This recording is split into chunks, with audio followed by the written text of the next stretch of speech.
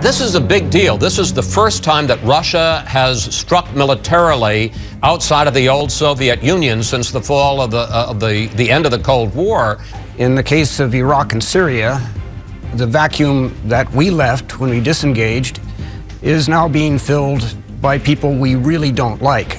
And now what you've seen is the dynamics have significantly shifted, and you have the Islamic State taking over vast parts of Syria.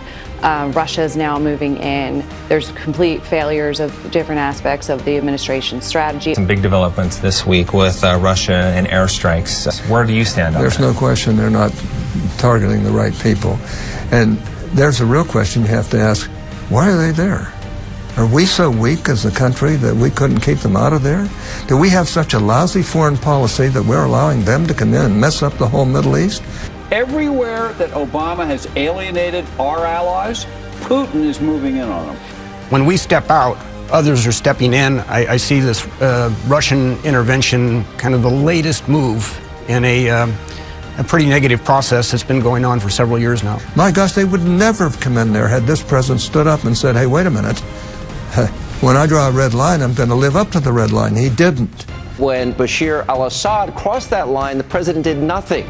No wonder Vladimir Putin and others feel like they can walk all over the United States.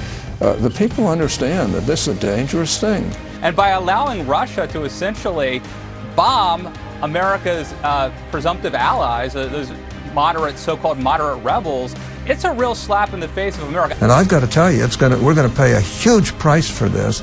Israel's going to pay a huge price for this because of the lack of leadership. And he's going to take advantage of every weakness this country has, and we have plenty of them right now. We need a winning game plan.